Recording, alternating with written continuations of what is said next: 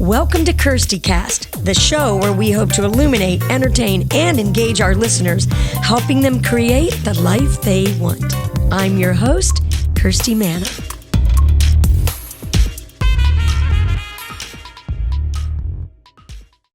Hi, I'm Kirsti Manna, and thanks so much for being here today at KIRSTIcast. Well, when I was growing up, my parents talked a lot about values. And in a world where so many people don't really seem to care about values or how they portray their own, I think it's important to take some time and think about the priorities in your own life and search deep down to see if what you care about and the values are teaching you the way you want your life to turn out. What are some examples of values?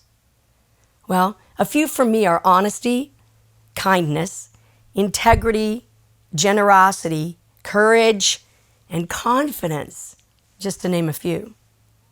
Honesty is a very important one for me, and it should be the rock of all of your values, as it's going to define you with yourself.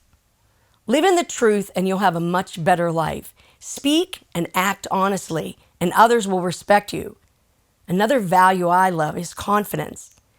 It's about having faith in yourself and what you can do, who you are. It gives you the courage to go after many things in your life, a job, creativity, relationships, especially the relationship with yourself. Take some time this week and make a list of your own values, what your core values are to you and the ones that you want to live and die by. True success is living by your values and taking action to personally have them in your own life. Hope those tips helped. Hope you're going to stick around for the Shero Spotlight.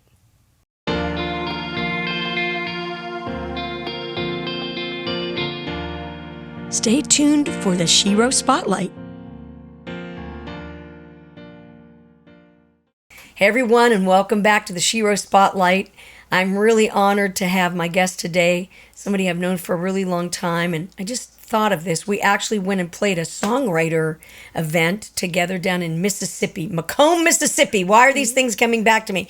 But anyway, now she's doing something completely different, and she was just telling me that the music business was a real warm-up for what she's doing now. So let me tell you a little bit about her.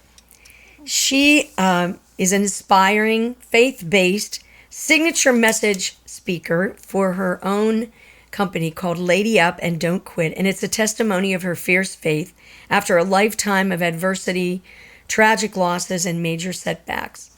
She had the really unfortunate thing happen, lost her sweet and special brother, who was a special ops Marine, to PTSD after tours in Afghanistan.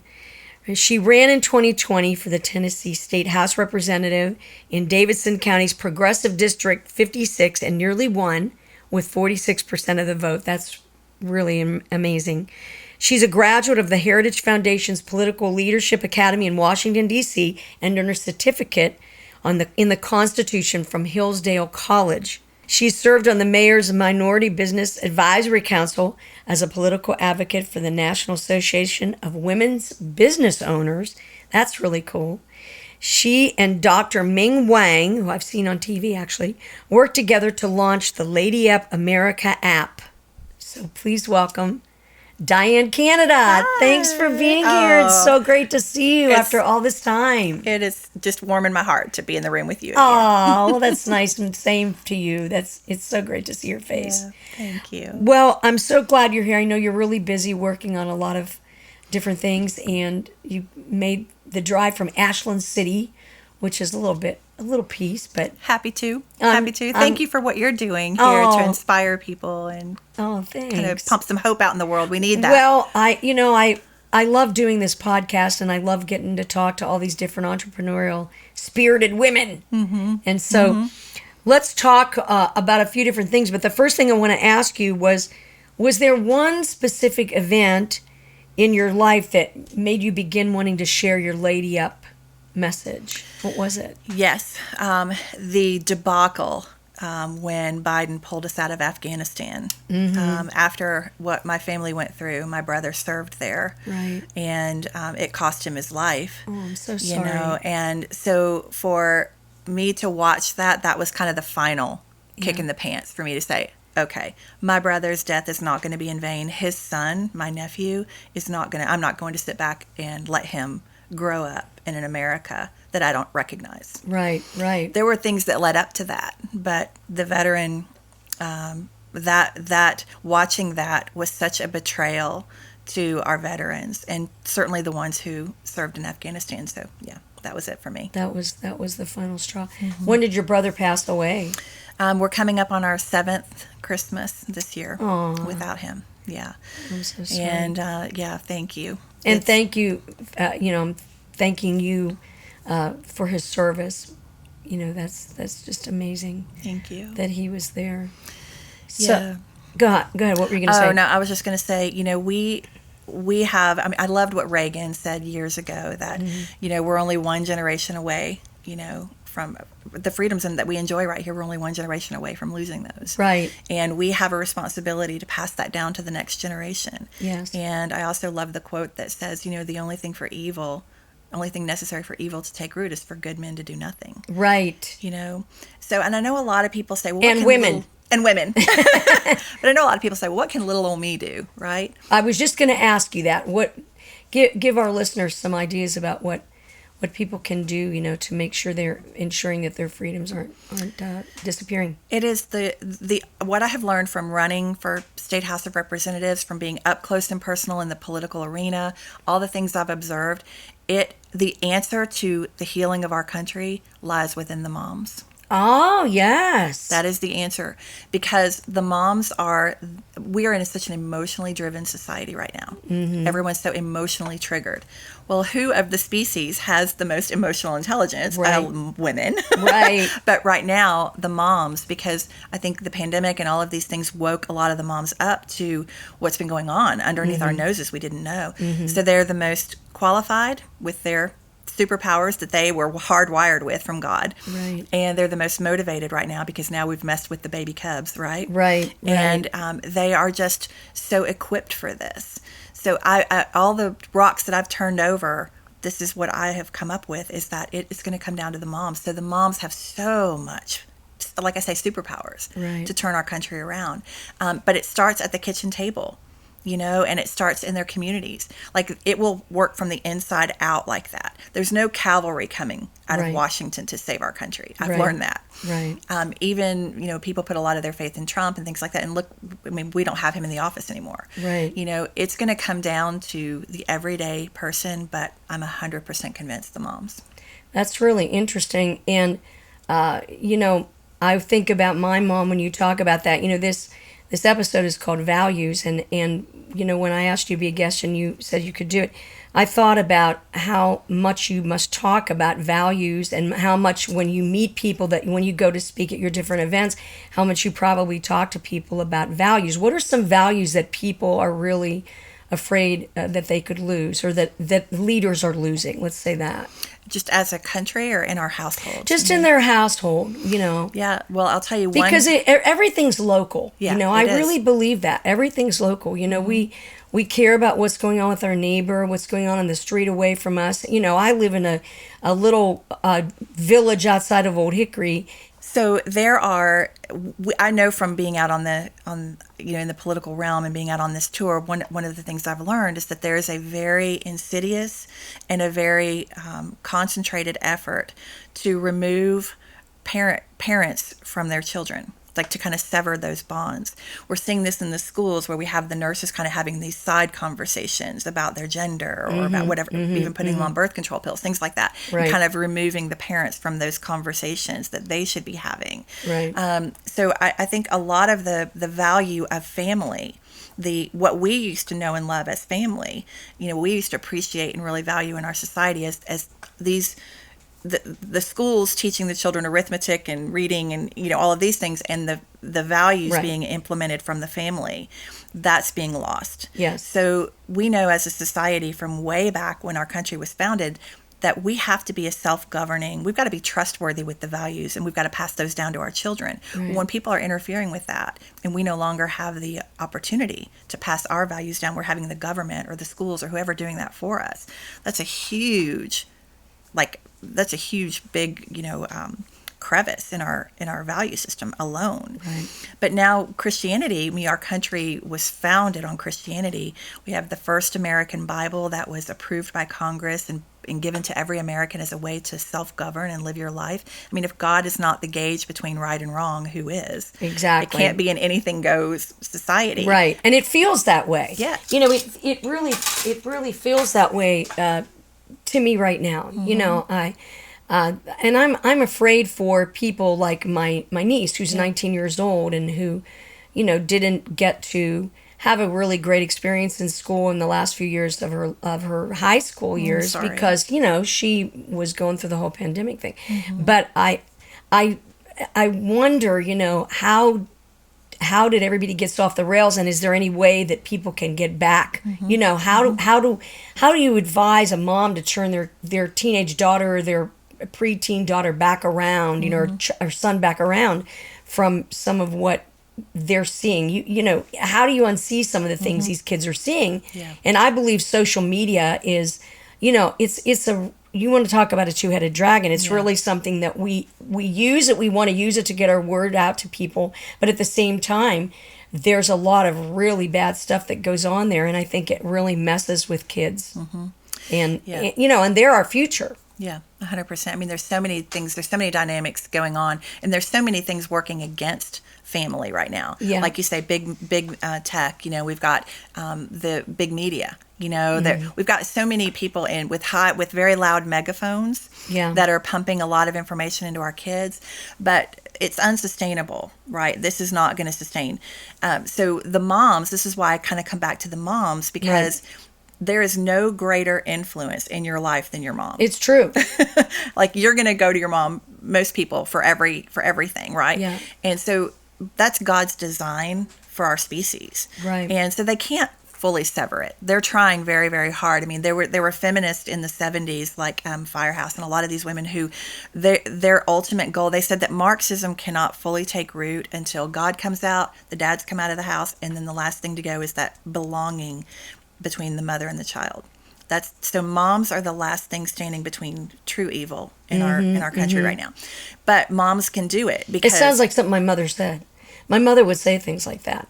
She would always say, don't listen to, what you're. This was more like when I was going to go to college. You've been brought up to believe these certain things. You've grown up in this family. Don't believe these things you're going to hear over here. I don't know if my mom had read about that or it was just it was just what she really believed about family. And I think that's true. But anyway, go ahead. Well, and her voice is always in your head, right? Like we always hear our mom's voice in our head. It's true. So they can't sever it, which is the good news, And so moms need to step into their superpowers now. So how do they turn it around? So this is what I've been on a mission to get the answer to for this last year. That's what Lady Up America is all about, is teaching them how to do it. Yeah. So it comes down to basically 3 steps. I try to simplify. I mean, I've gone through all of this, right? But it's been able to distill down. I'm asking you to, okay, you have 3 minutes. Tell us what this means. Go ahead. 3 steps. So one, I have it. My first step is called housekeeping.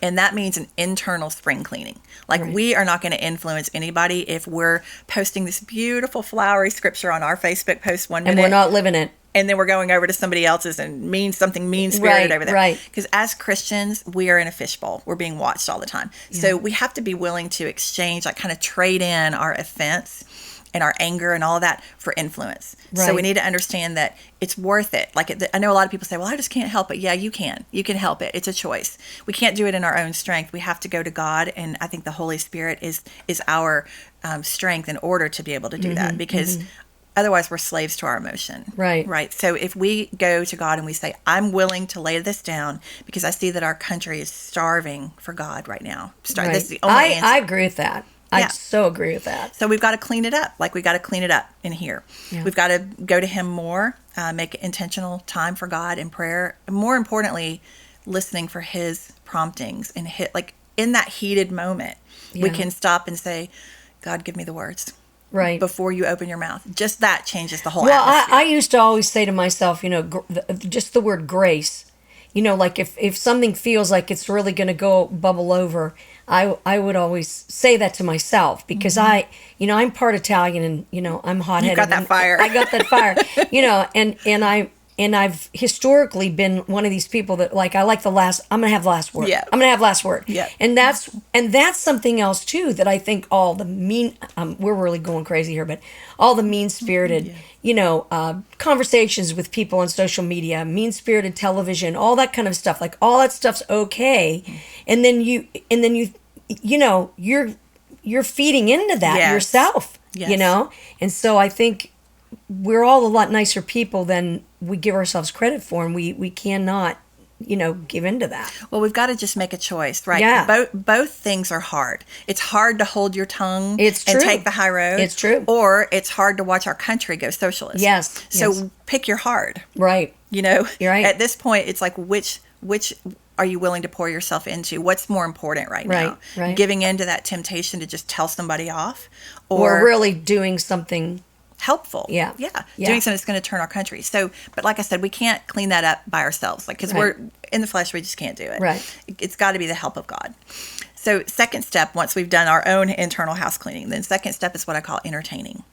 Okay, so this is the part when you're in a conversation with someone that's got opposing views, or even your own children. I was just going to ask you this question next, and you're answering it, so go right ahead. Yeah, it can be, like I said, around your kitchen table. Your kids, you've realized your kids have been indoctrinated, and you've got to somehow turn this tide, right? So first thing we have to understand is that transformation is going to be internal. Mm-hmm. There's nothing we can say or do, even with the influence we have as a mom, to change her mind, right? She's got to see things for herself. So our job is to, first of all, we've got to earn permission to be heard. So we need to lean in to our children or our coworkers. I'm not trying to encourage people to go up to total strangers and talk to them. Right. You're talking about people they have relationships with, right? That you're going to see over and over again. Yeah. So you're going to lean in. So if you were my daughter, I would lean in, and I would, if she just says something that totally blows me away at the kitchen table one night, right? I'm going to lean in and I'm going to say, wow, I can tell you really have a passion for that. Tell me more about that. Like, help me see it through your eyes, why you believe that. And let her start to say it out loud. Most of the time when people say things out loud that are outrageous, they start to kind of see for themselves, right? Do I really believe it? They kind of catch themselves and go, do I really believe that? When they have to, they're not trying to defend it in that. You're just trying to understand. So it's like leaning in and being a curious listener. Well, and I think too, kids, kids are really complex individuals. There's a lot of things going on with kids they don't understand. Right. And I feel bad for kids when they see something on TV or they see something in person and it's really maybe it's tragic or horrific, whatever. It's just so impacting, and they're not at the age yet where they can even process how to deal with that emotionally, or how to unsee that. Yeah. And so many of the moms told me when I was on the road that they wish their kids could just be kids and not be having to deal with such heavy topics right now. Exactly. I mean, they're just not, their little brains aren't even formed enough to be able to process this stuff. Right. Certainly not gender identity and all of that. Right. So it's really it's a pandemic in another way among our kids right now.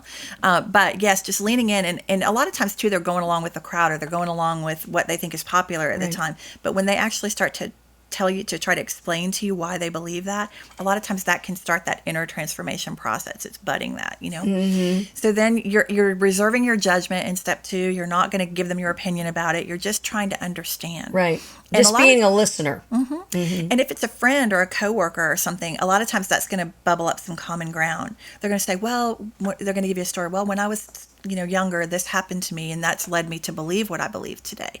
Well, that then gives you opportunity to have compassion for them, to say, oh, well, I can understand where you're coming from on that, or maybe a similar thing happened to me, but you're reserving judgment at that point. You're reserving your opinion. Then once you've done that, now you've earned permission to be heard because you've built some trust, right? So then the third step, which is my favorite step, this is where you become the gardener. Oh. And so this is where, gardening is a process, right? You don't just plant a seed and the next day you've got a tree, right? It's a process. So only God, again, can work with them for that internal transformation, but we can plant the seeds, kind of like a modern day Yoda. Only way prettier, right?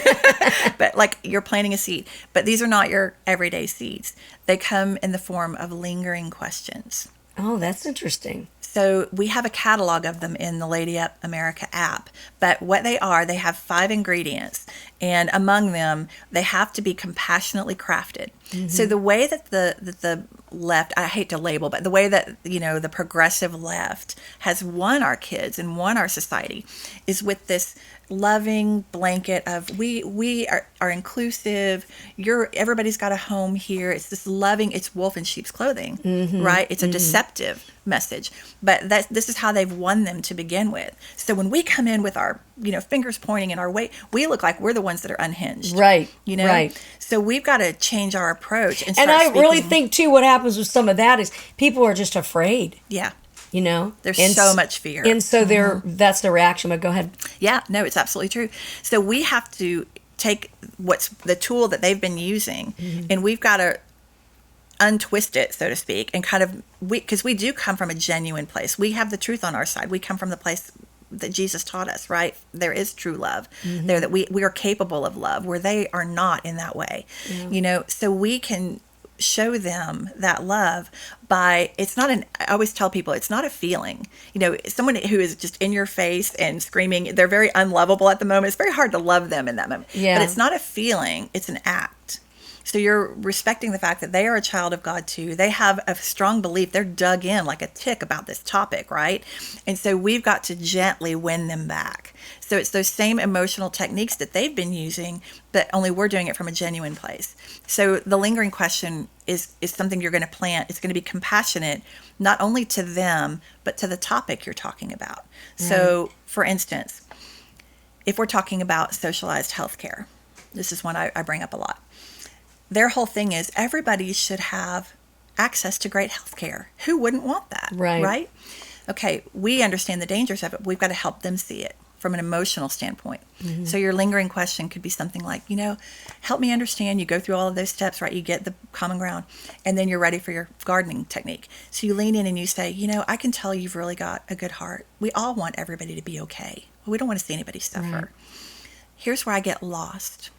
In Marxist and socialist countries, once you reach a certain age and you're no longer contributing to society, then you're kind of seen as disposable. Right.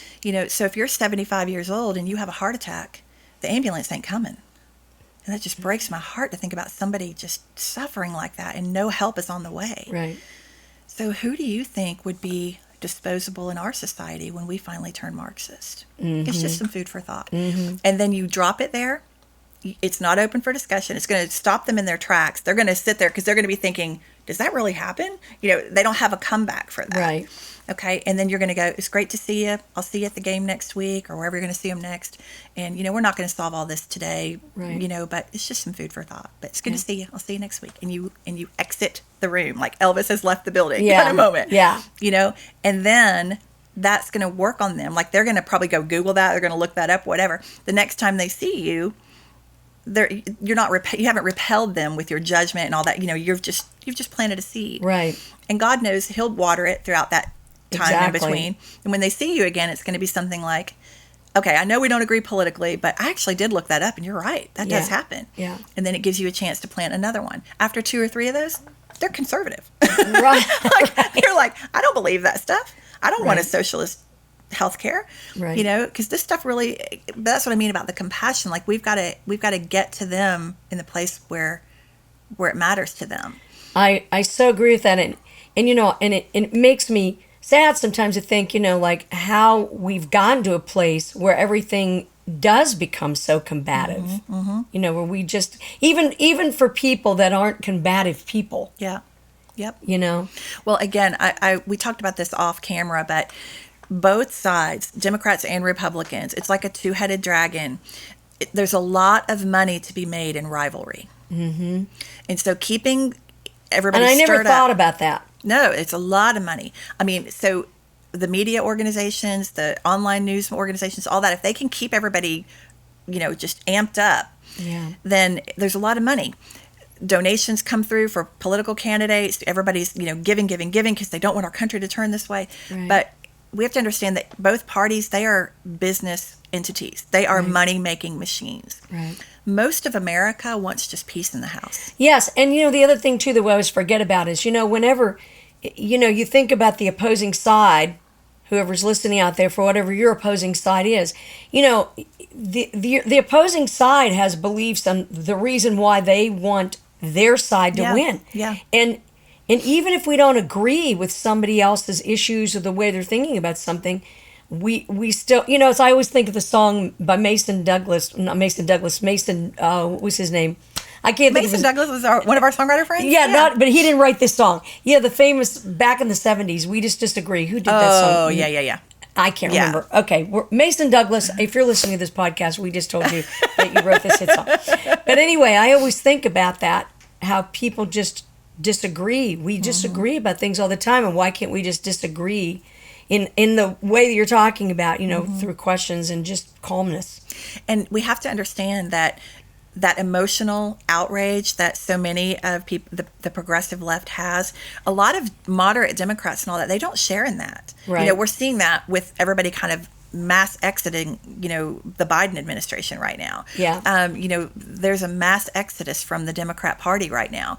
But one of the things I always warn people is that just because they're running away from Biden and the progressive radical left does not mean they're running to us. Right. Some of them would still rather cut their right arm off than vote Republican. Yeah. Yeah. So, and we've got to look in the mirror and say, why is that? Like, what are we doing to repel them? Yeah. And this is where we've got to get smart. We've got to start working wiser, because this moment in history right now is a strike while the iron's hot moment. Mm-hmm. We've got so many people that we're all awake now, right? We're all realizing that there's a lot wrong. Like, we've got holes in the boat. And so with a lot of these people running now and politics becoming so much a part of everyday conversation, this is our golden moment. Like, we may not ever get this chance again, right, because right now they're listening.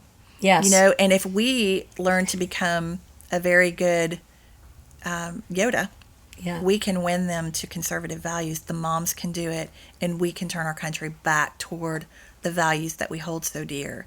But we have to make sure we are walking out the fruit of the Spirit, that we're doing it in a gentle way. A lot of people think, oh, everybody's so mad, we've got to fight with our verbal fists. No, that's not getting us anywhere. All that's doing is repelling them. Yeah, and making it the problem worse, so to speak. Right. What is your power word? You've got a bunch of them. I do. My power word at the moment is influence. Okay, I love Influence. that. That's great. Yeah, thank you. And before we go, and we'll have to have you back because we could talk for All another day. hour, all day. But tell me today, what are you most grateful for? Today, my salvation, because thank God that this world, my life is a vapor and eternity waits. You know, so I think keeping our eyes on the eternal things. I mean, obviously we want to leave the world better than we found it. We want to protect things for our next generation and hand down an America that's healthy for them. But my salvation, I know that, forever is waiting with Jesus, and all the people that I know and love will be with me there. Yeah. And so it just kind of keeps things in perspective for where we're at right now. Beautiful witness there, Diane. Thank you. You're welcome. Thanks for having me. Well, thanks for being here today, and we'll have to have you back, and we can talk more about your ideas and your Lady Up, Don't Quit message. It's really important, and I'm so glad you shared all that with me. I love it. Thank you. Everybody stick around. We're going to be right back. You're my Shero, more than a hero, and I look up to you every single day. Every day, my celebration, my inspiration is to be like you, but in my own way. You're my Shero, more than a hero. I've spent years of self-discovery learning how to live a successful creative life. That's why I created my course, Spark Your Creativity, the Steps to a Successful Creative Journey, to help others discover their own potential. Your creative journey never ends. So why not invest in yourself and sign up for my course today at Kirsti.com. See you on the journey.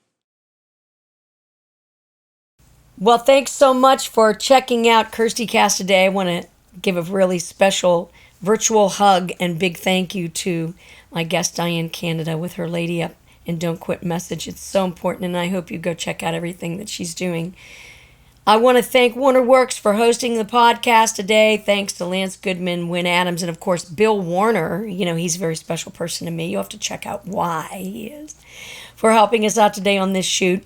If you have a friend or a colleague, or if you yourself would like to be a guest on KIRSTIcast, you can email me at info@songwritergirl.com. Don't forget to check out my Spark Your Creativity online course. You can find that at kirsti.com. We're going to be back again soon with another exciting entrepreneurial woman guest, and we hope you're going to be joining us for that podcast.